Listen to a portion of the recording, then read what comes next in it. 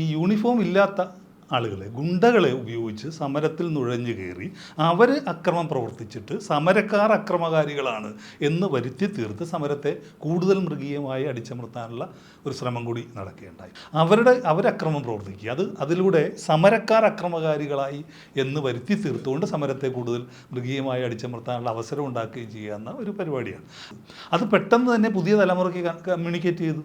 അവരുടെ ഇൻസ്റ്റയിലൂടെയും അതുപോലെ തന്നെ മറ്റ് സമൂഹ മാധ്യമങ്ങളിലൂടെയും നടത്തിയ അവരുടെ ആശയ പ്രചരണത്തിന് അവരുപയോഗിച്ച ബിംബങ്ങൾ, അവരുപയോഗിച്ച വിനിമയ ഉപാധികൾ വളരെ പെട്ടെന്ന് വളരെ ഡയറക്റ്റായിട്ട് പുതിയ തലമുറയായിട്ട് കമ്മ്യൂണിക്കേറ്റ് ചെയ്തു എന്നുള്ളത്.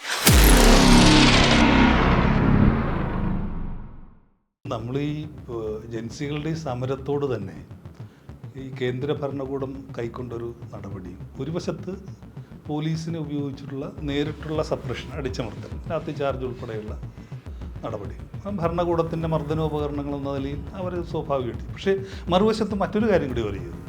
ഒന്ന്, ഈ യൂണിഫോം ഇല്ലാത്ത ആളുകളെ, ഗുണ്ടകളെ ഉപയോഗിച്ച് സമരത്തിൽ നുഴഞ്ഞു കയറി അവർ അക്രമം പ്രവർത്തിച്ചിട്ട് സമരക്കാർ അക്രമകാരികളാണ് എന്ന് വരുത്തി തീർത്ത് സമരത്തെ കൂടുതൽ മൃഗീയമായി അടിച്ചമർത്താനുള്ള ഒരു ശ്രമം കൂടി നടക്കുകയുണ്ടായി.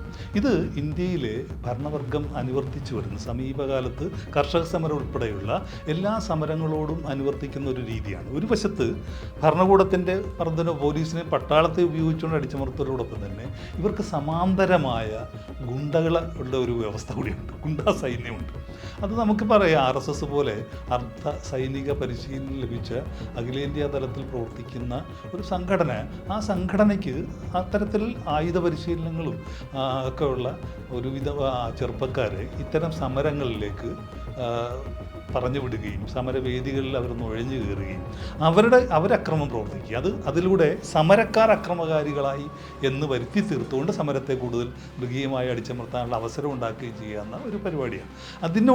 അതിനോട് കോംപ്ലിമെൻ്റ് ചെയ്തുകൊണ്ട് വേണം നമ്മൾ ഈ വളരെ ഹിന്ദുത്വ രാഷ്ട്രീയത്തോട് അനുഭാവം പുലർത്തുന്ന, ഇപ്പം നേരത്തെ പറഞ്ഞ പോലെ പട്ടാളത്തിൽ മേജറായിരുന്നു, പക്ഷേ രാഷ്ട്രീയ നിലപാടിൻ്റെയും അതുപോലെ ജീവിതത്തോടുള്ള സമീപനത്തിൻ്റെയും ധാർമ്മിക നിലപാടിൻ്റെയും നൈതിക ബോധത്തിൻ്റെയും കാര്യത്തിൽ വളരെ മൈനറായി ജീവിക്കുന്ന ഈ പറയുന്ന രവി, അപ്പോൾ അയാളെപ്പോലുള്ള നിരവധി പേരുണ്ട്.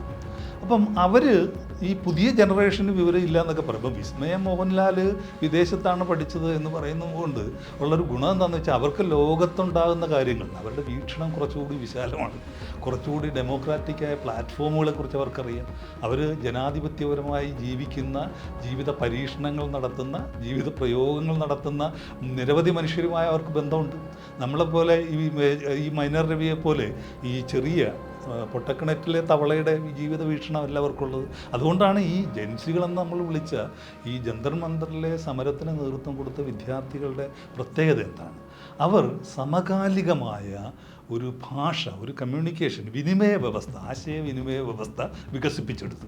നമ്മുടെ പ്രശ്നം എന്താണ്? നമ്മൾ ഈ അച്ചടി മാധ്യമങ്ങളുടെ സെൻസിബിലിറ്റിയിൽ നിന്നുകൊണ്ട് പുതിയ ഇൻസ്റ്റയുടെ, പുതിയ സമൂഹ മാധ്യമങ്ങളുടെ പുതിയ സെൻസിബിലിറ്റിയെ മനസ്സിലാക്കാൻ ശ്രമിക്കുന്നവർ പഴയതിലേക്ക് പിന്തള്ളപ്പെടും. അവർക്ക് പുതിയ കാലത്തിൻ്റെ ഭാഷ അപരിചിതമായി തീരും. അപ്പോൾ പുതിയ കാലത്തിൻ്റെ ഭാഷയിലാണ് അഭിജിത്തിൻ്റെ ഉൾപ്പെടെയുള്ള പുതിയ നേതാക്കൾ അല്ലെങ്കിൽ ആ പ്രക്ഷോഭകാരികൾ ഈ കാലത്തോടും ഇവിടുത്തെ ജനങ്ങളോടും സംവദിച്ചത്. അത് പെട്ടെന്ന് തന്നെ പുതിയ തലമുറയ്ക്ക് കമ്മ്യൂണിക്കേറ്റ് ചെയ്തു. അവരുടെ ഇൻസ്റ്റയിലൂടെയും അതുപോലെ തന്നെ മറ്റ് സമൂഹ മാധ്യമങ്ങളിലൂടെയും നടത്തിയ അവരുടെ ആശയ പ്രചരണത്തിന് അവരുപയോഗിച്ച ബിംബങ്ങൾ, അവരുപയോഗിച്ച വിനിമയ ഉപാധികൾ വളരെ പെട്ടെന്ന് വളരെ ഡയറക്റ്റായിട്ട് പുതിയ തലമുറയായിട്ട് കമ്മ്യൂണിക്കേറ്റ് ചെയ്തു എന്നുള്ളതാണ്. അപ്പോൾ ആ ഭാഷ അവർക്കറിയാം. നമുക്കാണ് ആ ഭാഷ അത്ര വശമില്ലാത്തത്. ജൻസികളുടെ ഭാഷ നമ്മൾ പഠിച്ചെടുക്കേണ്ടിയിരിക്കുന്നു.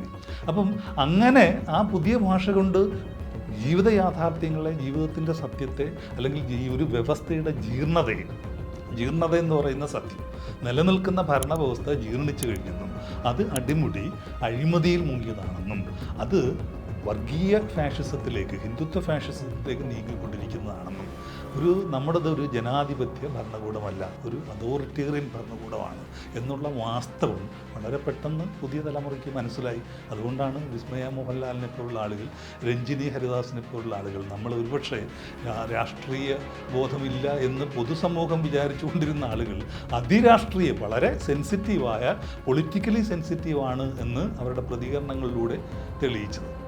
ആ പ്രതികരണങ്ങൾ നമുക്ക് മനസ്സിലാകുന്നത് ഇവരെല്ലാം പൊളിറ്റിക്കലി ഹൈലി സെൻസിറ്റീവാണ്. അവർക്ക് ഈ യാഥാർത്ഥ്യങ്ങളെക്കുറിച്ച് നല്ല ബോധമുണ്ട്. പക്ഷേ നമ്മുടെ വ്യവസ്ഥാപിത രാഷ്ട്രീയ പാർട്ടികളെ പിൻപറ്റാൻ അവർ തയ്യാറല്ല. അതിൻ്റെ കാരണം ഈ വ്യവസ്ഥാപിത രാഷ്ട്രീയ പാർട്ടികൾ ഫോളോ ചെയ്യുന്ന കളി നിയമങ്ങൾ, ഗെയിം റൂൾസ് ഒന്നാണ്.